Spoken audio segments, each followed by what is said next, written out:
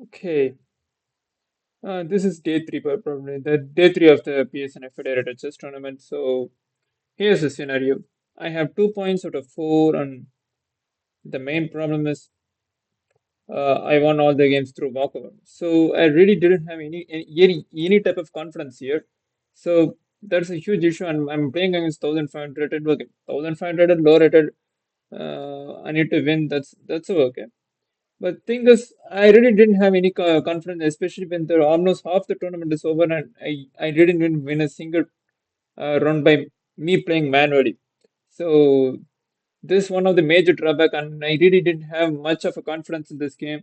So I definitely need to win this game. If I lose this game, so this will be a huge miss, which means and another 4 rounds, I don't think I can even win any games. That will be a huge issue, right? So I'll be having a heavy psychological pressure if I lose this game. That's one thing for sure. So this one, I was actually having my, and I can't even draw this game. Even if I draw this game, probably my confidence will be even more lower.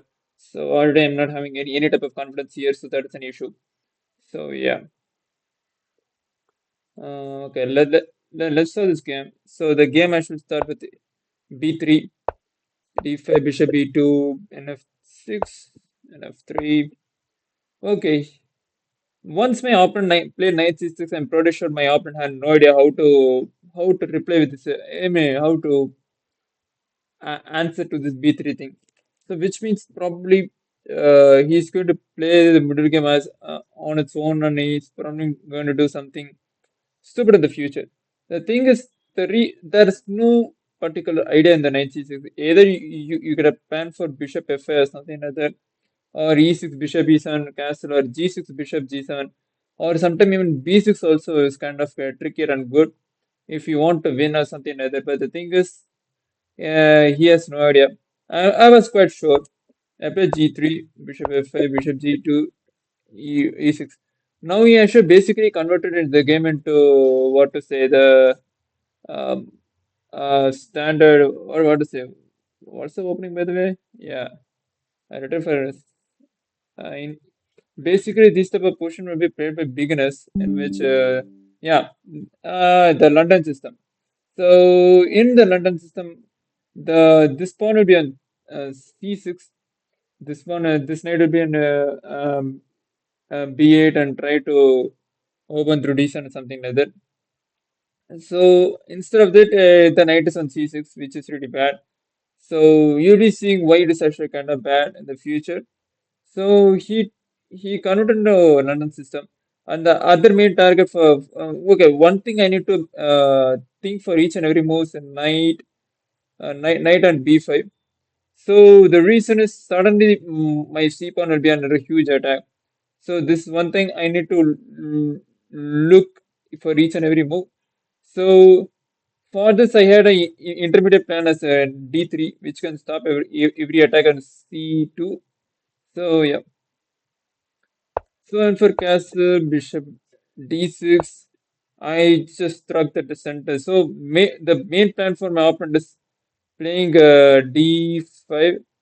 So yeah, if you allow him, he will keep on playing solidly. The I don't want to play the game which I played on round number three. I lost again the 1400. I don't want to go to the setup. So I want to play kind of solid, and also I want to play aggressive, and also I want to play middle game as much as possible. So d4, a5. A5 doesn't make any sense. Actually, what I was actually expecting, actually, spoke to him after the game. What is the point of a5? What he was actually expecting is me to play a4, and his knight will be jumping and settling on b4, knight b4. So the idea is basically not wrong, but the thing is, I was actually mainly worried about this knight before for a long time. So I really don't want to allow him for knight b4. Generally, people be replying for a4 and a5, h4 and h5. I mean, this is something like that. So he assumed that I'll be playing a4. I simply defended with a6. So once I should defend it with a6, right? So everything kind of stopped. So he won't put some huge pressure by playing queen e7, which is actually a really, really huge mistake. The reason it is a huge mistake because I'm not actually casting something. I'm not actually losing this pawn or whatsoever. So I can easily develop my knight. And moreover, if you look at this bishop closely, this bishop is actually kind of locked. So this bishop, if I manage to put this pawn on c5, this bishop is kind of trapped, right? So he basically gave me an idea to open for c4. So if he castles or do something stupid, and I can simply push my c5 and I can simply win his bishop. So yeah, if he try to push this pawn to break something like that, I can simply take this, and all my two bishop is actually uh, kind of quite strong. So he went for b6, which I expected from him. So what I did was I went for knight e5. So according to the engine, this is the line. So even if you want me to play like this, I really don't want to go into these type of lines. I don't want to give light square bishop for just a pawn up. So I went for knight e5. So the actually he blundered the p. I mean he blundered the pawn and the center. Actually, my guess is actually he actually miscalculated. But in the board, I expected knight a7. So uh, playing passively, yeah, temporarily this piece will be passive. So according to engine, okay, these are the lanes. So I'm not. I didn't see everything, but I saw knight a7. The reason is he won't be losing the pawn right now. So just not to lose the pawn, he can go for knight a7. But since this guy is my age, actually I thought knight a7 while playing knight e5 a7. So this guy is about probably 18 years, which means 4 years younger than me. So if you look at guys, I mean psychologically speaking, if you look at guys from 16 to 16 and above, they love to play the game, like play with some player. What to say? So what I'm actually basically saying is they want to play games by playing freely. They want their piece movement to be freely. So if you see, look at younger kids with a low number of experience, they will do anything not to give a single pawn. But these type of people like me and people like my opponent, they literally give up a pawn just to give some kind of counter play and just to have some kind of peace moment. So I expected bishop takes knight. So knight takes knight is not actually basically possible. If you go for knight takes knight, pawn takes knight, his pieces are getting trapped. Bishop takes. So and moreover, is rook on e8 is a kind of under attack by light square bishop. So everything is actually kind of attack, right? So this would be kind of a huge problem, very huge problem. So yeah, wait a minute.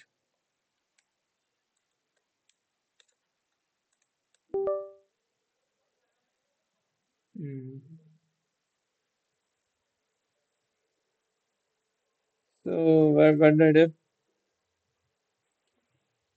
Hmm. Okay. So yeah, c4 95 takes. Yeah, basically engine says to take it. Even for 94, I pot takes. Here in front of rook d8, pinning my queen. So here I had so many moves here. I can simply push this pawn. Yeah, I can simply push this pawn and takes. Probably rook takes. So this is a bad idea. Maybe temporarily this is a bad idea. But after that queen c7, attacking this knight with bishop, and after this knight moves, I can go for e5. So there are so many variations here. So instead of this, I can simply play uh, yeah, I can simply go for queen c2. So queen c2, if you go for let's say knight f5, give me one pin. So he needs to move the knight right away. So the reason is knight is under attack by two pieces. So if you try to do this, I can simply go for e4. Now the e4 I should basically attack this bishop and this pawn would attack knight, which means I'll be getting a piece up in a short scenario. So the thing is, since I actually generally, if you actually give me at any scenario, I will have played queen c2 on the spot. But since this tournament is going really too bad from the beginning, I don't want to risk a knight c I mean queen c2. So I basically thought, okay, let's play something simple. So I just went for queen c1, simple moves.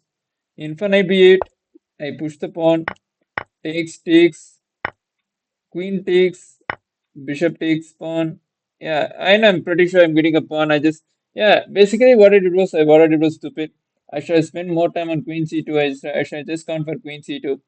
The thing is, I don't want to lose against. I told you, right? If I lose this game, I'm not going to recover from the from chess for a long time. So I don't want to go for a mental breakdown. So I just took some kind of rational decision. Okay, I want pawn up is pretty better. Even I mean, if your calculation is wrong, you might lose a piece. So because you are basically giving a self spin to this bishop, right? So that's why I went for this variation. Rook J8, bishop b2, knight c4. Here, knight c3. Here completely missed queen d2.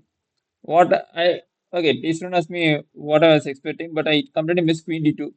Basically my plan was knight b4 and I jumping inside. So after queen d2, I went for a long thing and I played bishop c1. The reason, okay, engine says rook a2. The problem which I thought, okay, my calculation was really horrible in this tournament.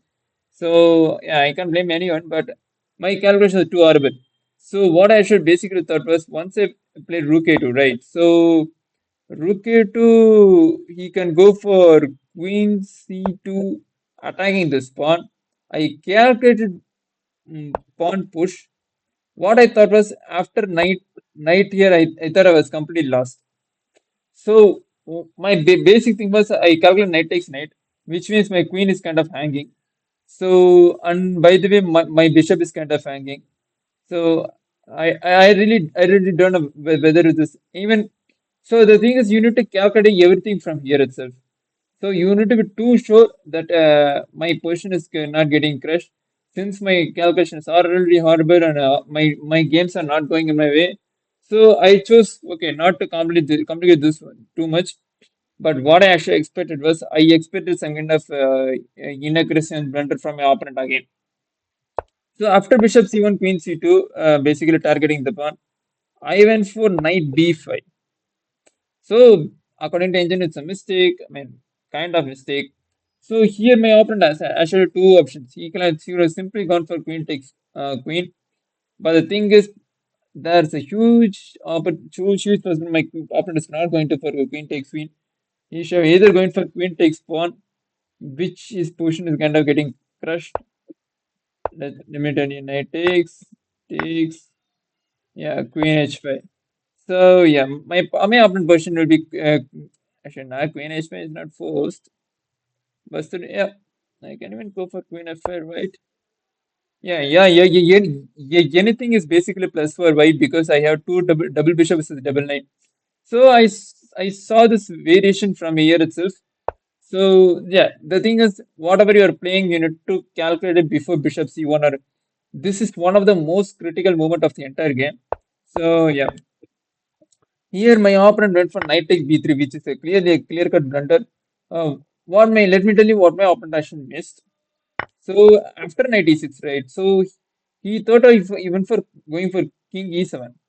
The problem is after king e7, knight takes bishop is immediate check. So he needs to go for queen takes knight, which means he will be losing the piece on the spot. Or he can go for pawn takes knight, and he'll be losing his queen on the spot.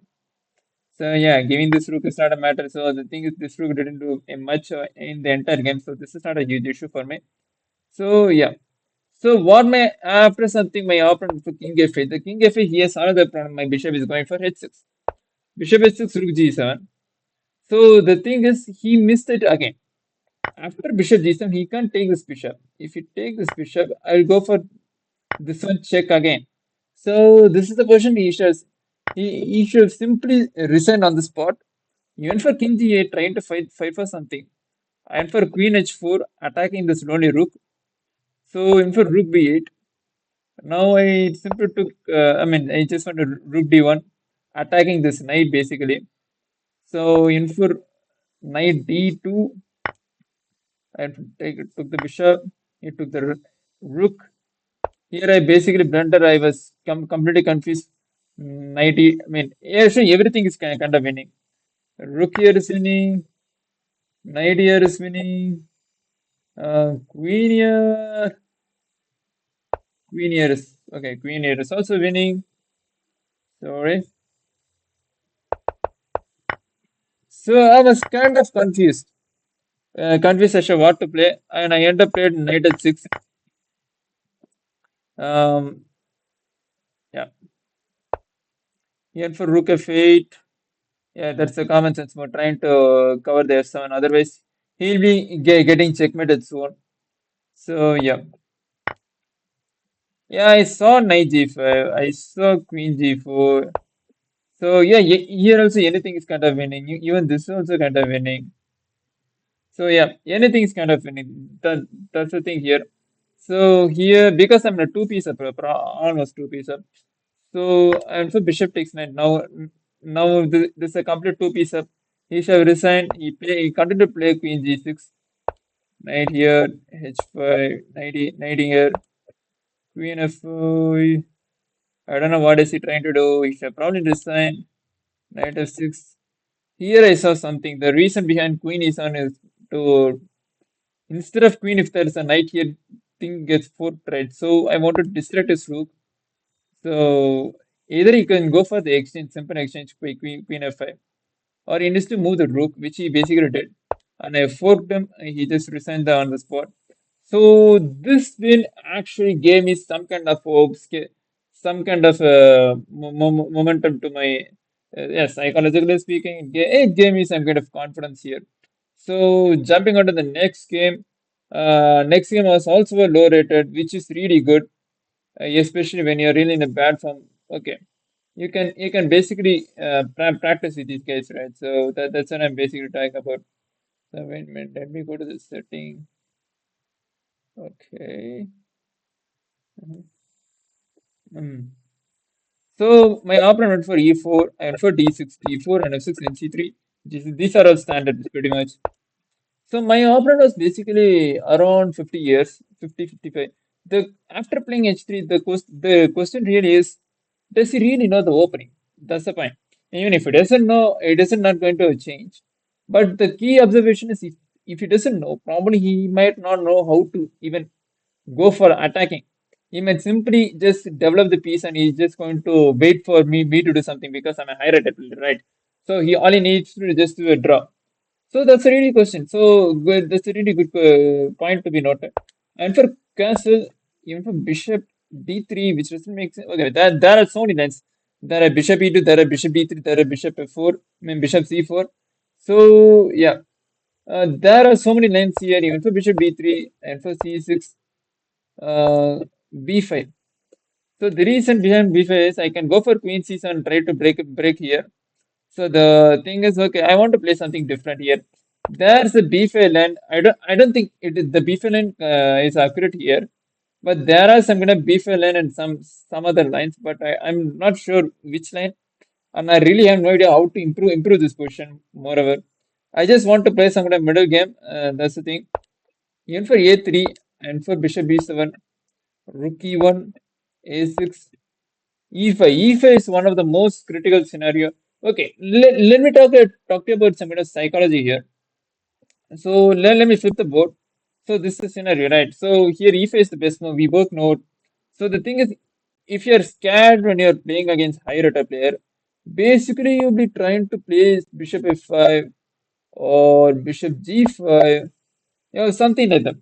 So if he played either of these moves, I would have played even more confidently that he is not going to do any type of insane sacrifice or insane game, something like that. He's not going to play too risky.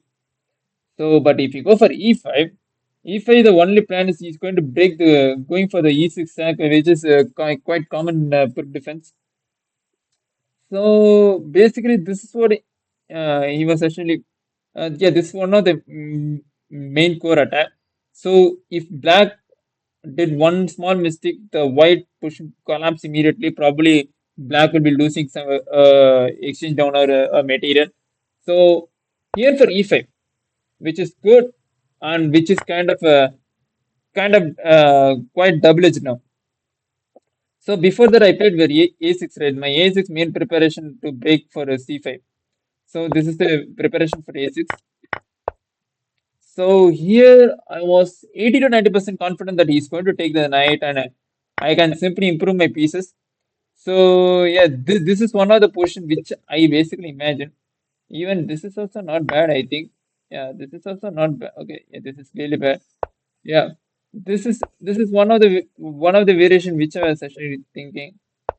Queen b6. So yeah, yeah, here bishop h6 maybe. Okay, I didn't see knight yet. Up to this, I saw some point. So this look scary for black. For white, it is quite tempting how he's going to attack. So, so I have a pretty good feeling I'm a really good middle game player than these people. So when he try to do something, I might find some kind of weakness. I can exploit this guy. This is one of my basic initial plan. So yeah, but what he did was he went for knight e4, which really scared the hell out of me because now I'm in huge pressure. What he's basically going to do is he's going to sack the e6. Once it took to the pawn, one of the knight is going to come here and he's going to fork it. So since you got this idea, what are you actually going to basically going to play? And moreover, he has another square as knight c5, which you also need to consider this one. So after a deep calculation for probably 10 to 12 minutes, I went for bishop c8. So now if you actually see for a long term I mean not a long term, if you actually look at what you are actually basically doing from the beginning, you went for bishop b7 and you came for bishop c8 with not much improvement. So basically your white is actually getting too much initiative here. So here my opponent have a really beautiful move. My opponent for queen e2, it doesn't make any sense. Basically, it doesn't make any sense. So I was really scared about only one move. Not knight g5. Knight g5, that is the one of the reason which I put my light square bishop here, right? So I was not actually basically scared of knight g5. What I was actually basically scared was playing c4. C4, what I actually thought about knight b6. Now my two knights are kind of awkward. Moreover, this is one of the generally my theory says while you're playing from black, your light square bishop will be quite inactive. While playing for white, dark square bishop will be quite inactive. But in this scenario, this is quite different. You will go for b3 first. You can either take this. So the problem basically here is your pawn structure is too bad, and his rook is kind of developing, and basically this two knights and a rook is basically doing nothing. So yeah, in human point of view, it is really hard to play from black, and you need to win. That's another scenario. You can go for simply just because you if you actually get some kind of draw, you can actually simply go for it. So there are so many things running in my mind, but my opponent didn't see. Okay, let's say I'm going for bishop over something. You can simply improve the pieces. So his all the pieces are too good. That's another issue. Compared to your pieces, opponent pieces are kind of good. The reason the game is zero because your two bishop is actually kind of actively defending the position, not attacking, defending the position. So that is one of the reason the engine says it is zero. Otherwise, I was really scared about this question. So queen e2 should give me a little bit of hope. Now I played one of the most important move, knight d7. I expected e6. So yeah, he can go for any of the move. If you go for knight here, I mean, I had this one. So yeah, if you go for knight here, I had this one. So yeah, I had a simple draw here. I saw this one. Sometime when you're under huge pressure, you could have simply go for a draw. Sometimes, yeah. Instead of losing, yeah, all your opponent pieces are too good, right? So yeah, mm, getting a draw is fine. For knight g5, what he actually basically missed was knight c5. Let's say I played some kind of stupid move here. Okay, let's say I went for h6. This is a really worst move because there's a knight takes f7, rook takes, pawn push, rook is pawn takes, bishop takes. This is too bad. The reason is too bad because your e pawn will be very, very bad forever. So perhaps your g pawn is too weak. That's another issue. So if you consider a weakness, almost half of your pawns are weak. B pawn is weak, E pawn is weak, C pawn is also basically weak. So your C pawn should be either in C5 or C4. So I don't know when your opponent is going to give you a chance.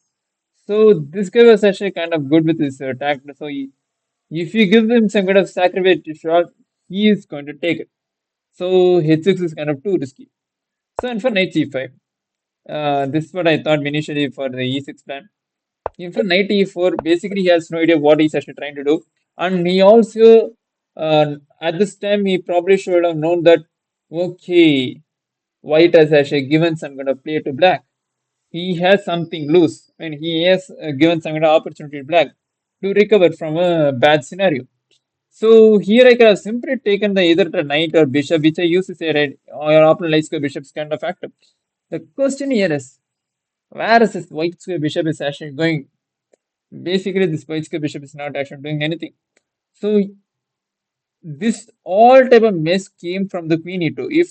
If not for queen e2, he would have gone for bishop if one g4, bishop g2, and going for this diagonal. Let's imagine instead of bishop is on e3, if the bishop is on g2, there are some bit of pressure to me. So since this bishop is on e3, basically doing nothing. So after some bit of calculation, okay, since he gave me some bit of play, let's play some actual middle game, right? Up to this point, I was playing under huge pressure. Now my opponent needs to find some kind of ideas. So the reason my opponents need to find some kind of ideas because let's say play some kind of dummy move. Now my I have some kind of ideas of knight f5 takes queen e3 takes. Now I'll be with two bishops versus two knights, which should be good for endgame. Technically, maybe engine can draw, but according to human play, it's quite hard. And so after everything, there will be c5, bishop e7. So yeah, after all the exchange, there are so many things going on. My opponent simply went for knight g3 and for knight e4, basically the same plan. So knight g3, okay. My opponent only had two moves, either knight g4, I mean knight g5 or knight g3. The thing is, for the past two moves, he went for knight g4. So basically, I think my opponent don't want to go for here. Okay, knight c3. If I take it, it will be double pawn. If I go here, uh, okay, how is this? Like that's go the bishop's going to come out. So maybe this is what I think he might have thought. But anything is actually kind of equal. Okay, this is not equal. This is not equal. This is plus for black. But this should be equal, right? Yeah, this should be equal. So yeah. Okay, the reason because it is plus or black because after this one my knight is kind of too strong in the F line. So that is one of the reason uh, the things are actually kind of messy. Knight c4. Okay, this is bad. Hmm. So oh come on.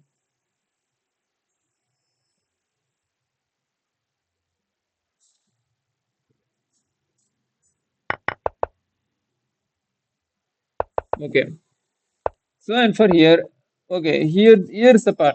Here I saw f5. F5 takes or rook takes. So anything is actually kind of good for a black. The problem is, actually, I saw FI here itself. Yeah, I saw FI here itself.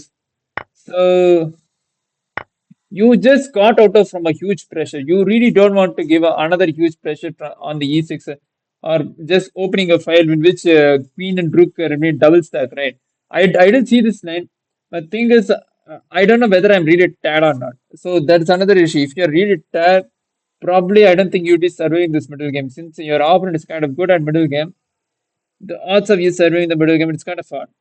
So after something to think, I neglected F5 and for knight e4.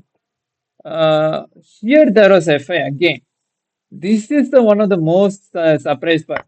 I went for knight takes bishop. I thought this is the only move I thought because if not for this move, I should go back to e6, which I really don't like it. My opponent might like it because he could simply go for a draw because since he might expect that I don't have any plan here. So yeah. So these are the things my opponent might have actually considered here. So after some kind of consideration, I went for knight takes bishop. So the idea behind f5 is once I take this, he take takes here f5. Here, if you look at closely, your opponent queen doesn't have a single square. He can't even come inside. So this is the only square he is having. Knight takes bishop. Knight takes bishop. So if you go for queen takes, this is completely winning. So generally in my general scenario, I might have seen this. I'm pretty sure I might have seen this. If I would have considered for a long time, maybe the real question whether I played it or not, that's a different story. Because uh, after queen moves somewhere, right?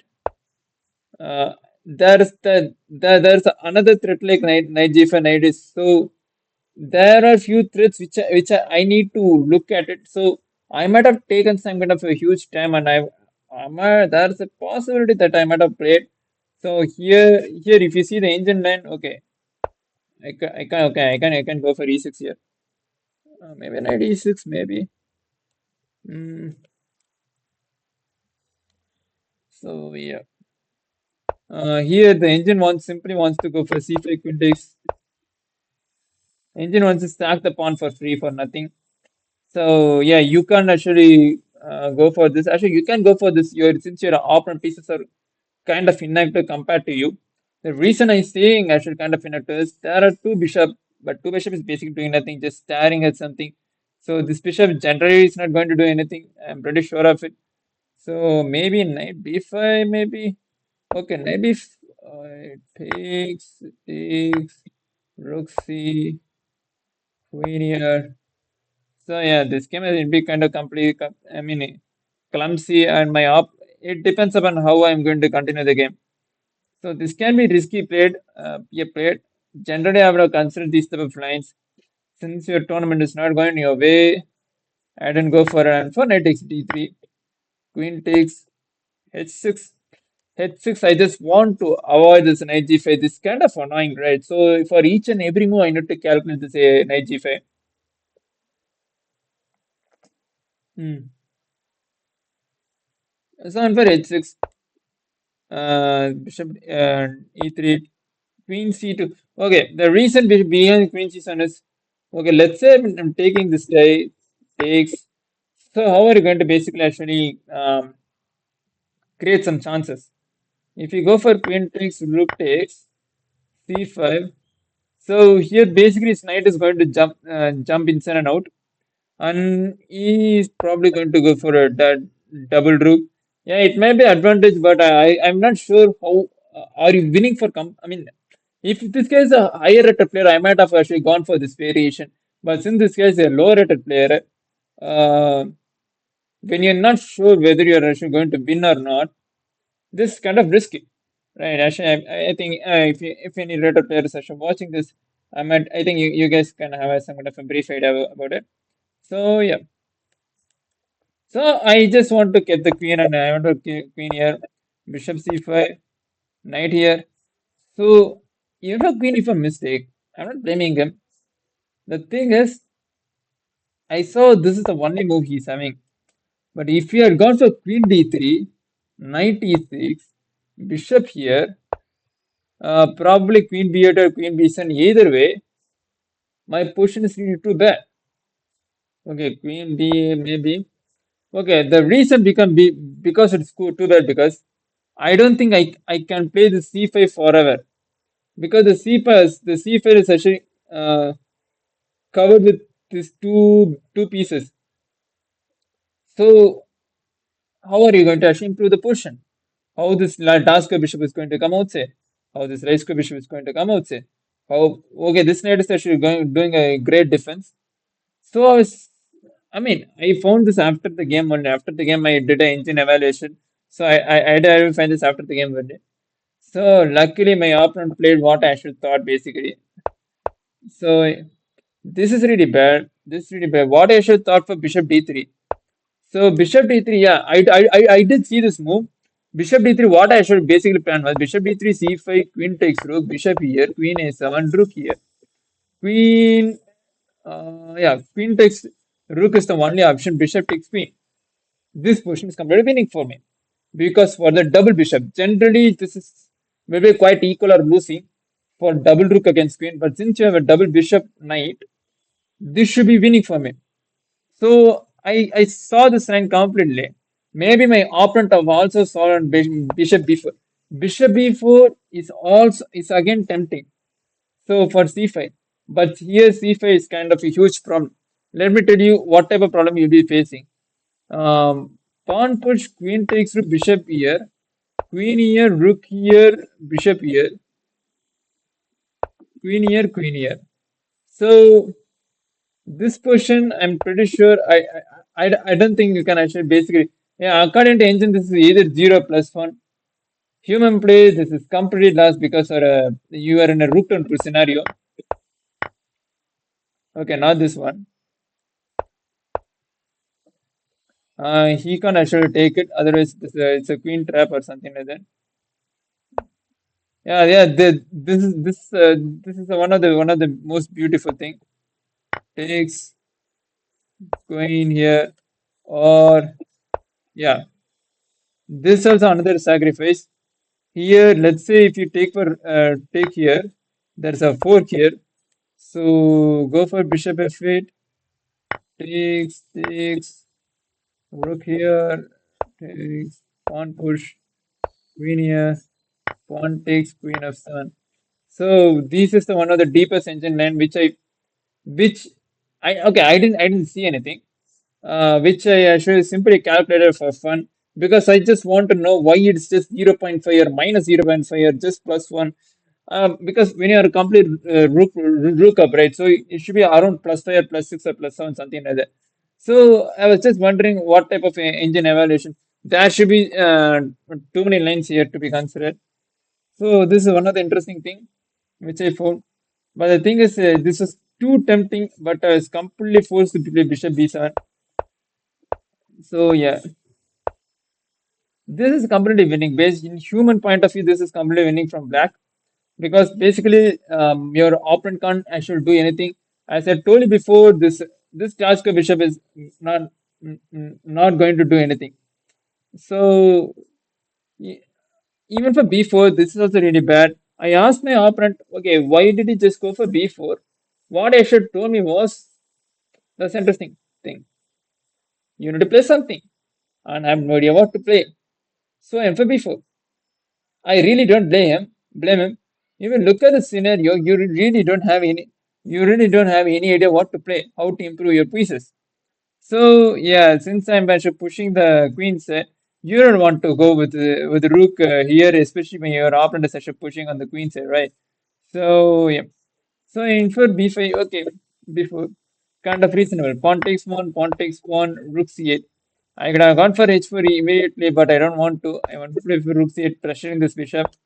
Rook a3, now h4. I mean, now a4. Now this rook is basically kind of stuck here. Uh, yeah, by the way, his c pawn is weak.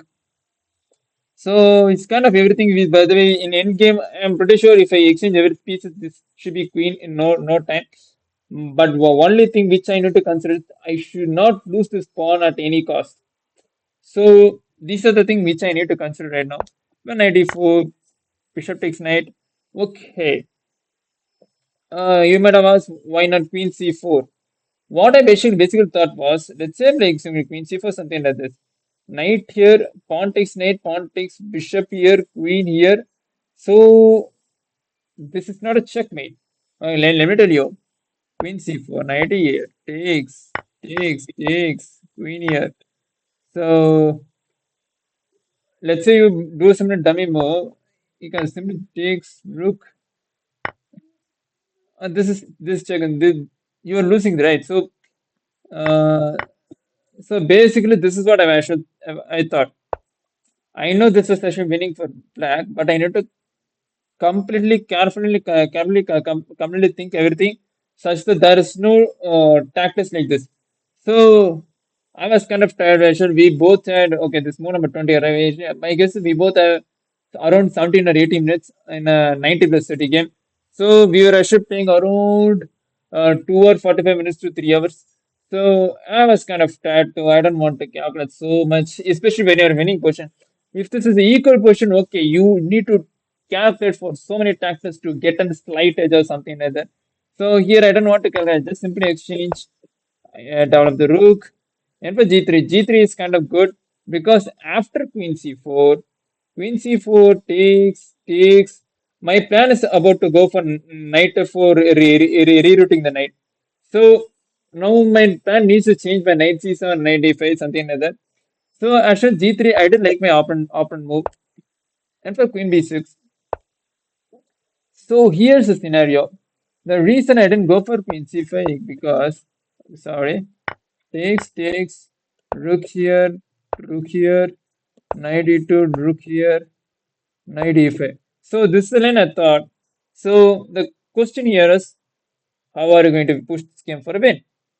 So we both know we have an advantage, right? So I really have no idea how are you going to push this game for a win. So here in this position, I thought knight g5, knight c5. Okay, no, not knight c5. I should thought knight takes knight because knight g5. This doesn't make any sense. You don't want to give a check for free, right? So what I thought was takes, and I really don't like this pawn structure.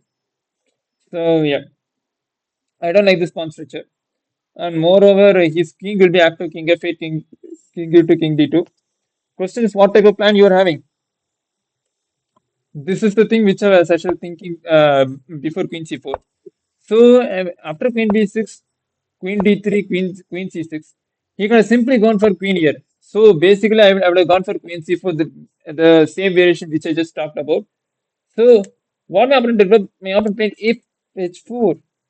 I have no idea why. So I really have no idea what's the point of this. So here I played queen c4. Now I am having a very good idea.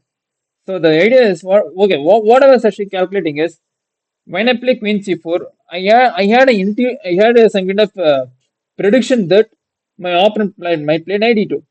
So okay, let me tell you, queen c4, knight e2, queen here. So my queen is kind of stuck, right? So king g2, trying to trap my queen because once played f3, my queen is kind of trapped. This is one of the line which I saw. So here, what I could have simply played is I can go for knight e5. So now f3. My queen will be coming to d2. So if he takes this piece, takes, takes, takes, this pawn is kind of lonely. And in the future, my rook can come back and I shall take this pawn for free. So anyway, I'm for sure. And moreover, this c pawn is actually weak. This rook will be attacking the c pawn. So after my rook is on e5, right? So either he needs to give the e pawn or c pawn. So this one of the variation which I thought, he literally played according to my prediction. Knight e2, queen f4, king g2 to trap my queen, knight e4, f3 trying to trap my queen, and for rook c1. I saw rook c1 also. In my deep calculation, I saw rook c1. Because basically you are actually allowing a fork here, right? So yeah, if not for fork, you can simply take on this one. I want to say, take on this pawn. So after this takes, how are you going to protect the C pawn? This C pawn I can take whenever I want. So if I couldn't take, yeah, this is the first. That's a check. Yeah, let's say I'm in a position where I couldn't take. I will simply go for E6 and bishop if because I'll be taking either this pawn or this pawn, right? So once I took the if I couldn't take this E pawn, so I would have probably taken the C pawn. If I had taken the C pawn, E6 bishop f8 means this bishop will be directly targeting the B pawn, which means I will be getting at least 2 points for sure. So yeah, so all this calculation was actually done here itself. So yeah, actually here at this point, I think I had probably 12 or 14 minutes. My opponent was also having 12 minutes, something like that. So after this, my opponent went to a huge time pressure. Knight d2, queen g5. My opponent was thinking for a while, and here my opponent had 6 for some minutes. Knight a5, f3, queen d2. My opponent had some bit of 5 minutes, I think. And for rook c1 immediately, and for queen d5, my opponent thought for 2 minutes, even for knight d5, because he clearly can't protect this pawn forever. So yeah, basically he'll be losing. Okay, he can go for exchange. Takes his knight is under attack, and so if you go for knight d5, you can simply take this pawn. So if you go for queen takes, rook takes, I can go for this pawn. I can go for this pawn. I mean, anything is winning, right? Okay, here v6 is you can simply to go for this pawn. So yeah, anything is kind of winning here. So, but for knight d5, I don't blame him. Queen takes, bishop takes, queen takes, queen takes, rook takes. Knight c4, rook takes pawn. Here my opponent completely resigned the position.